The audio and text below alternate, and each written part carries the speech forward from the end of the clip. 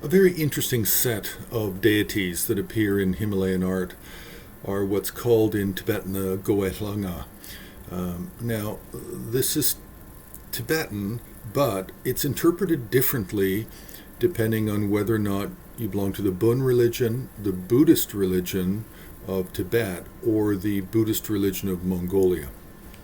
So first of all, the Goehlanga are described as five deities, gods that every human is born with, and they are the female god, life god, male god, a regional god, and an enemy god. Now, they can be a little bit different depending on the tradition, Bön, Buddhist, and they can be a little bit different depending on time period as well.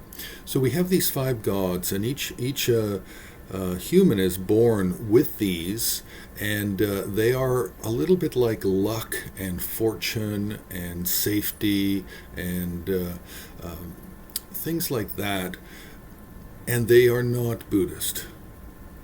They really do come out of an earlier period of time in Tibet, and it's most likely that they're Bön in origin.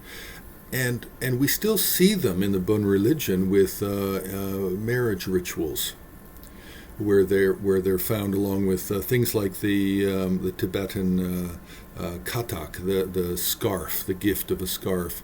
Things like that are found in the early Bön marriage rituals, all borrowed by Buddhists later. So now these five gods and where they're placed, according to the Bön tradition, they're placed around the head. They're placed on the top of the head, right, left, front, and back. Now, the Tibetan Buddhists, they adopted this. Now I've not read all of the literature, and I'm primarily going with the works of the fifth Dalai Lama. And he says that it was Traba Ngönshi in the 11th century, and then Guru Chowang in the 13th century, who first really introduced the five foremost gods, or the five gods of the head, into Buddhism. Following those two, of course, the fifth Dalai Lama wrote some texts, the fourth Panchen Lama wrote some texts, and the Sakya Lama, Dakchen Kungalodro, also wrote. Now, there's many others. I'm just giving you the names of a few of the prominent leaders of the time for different traditions.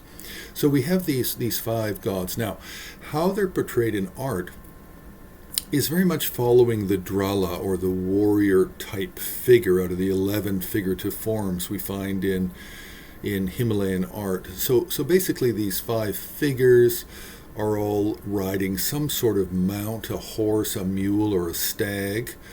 Often in art, or almost always, I've not seen something different, always in art, all five figures appear in a single composition. Usually, the female god, or what's also known as the mother god, is foremost. But it's not always the case. Sometimes it can be the uncle god, or the male, or the father god.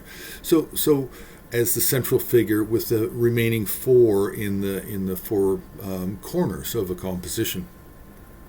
So there can be different ways of doing this. Now, also, some very elaborate paintings may have other retinue figures as well, and those retinue figures are added based on different ritual texts, such as by the fifth Dalai Lama, where there can be added entourage, secondary figures to the five foremost gods. So this is very interesting. We have this, the Bön calls them the five gods of the head because they pertain to the human body, and you're born with them and you die with them.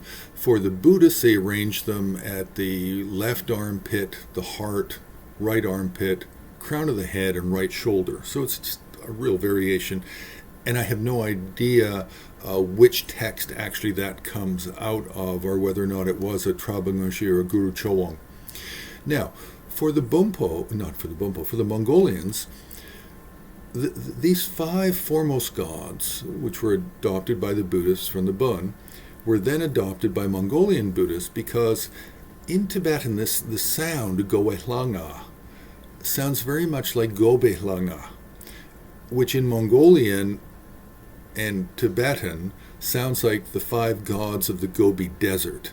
So these 5 gods became very popular and became related to the Gobi Desert of Mongolia.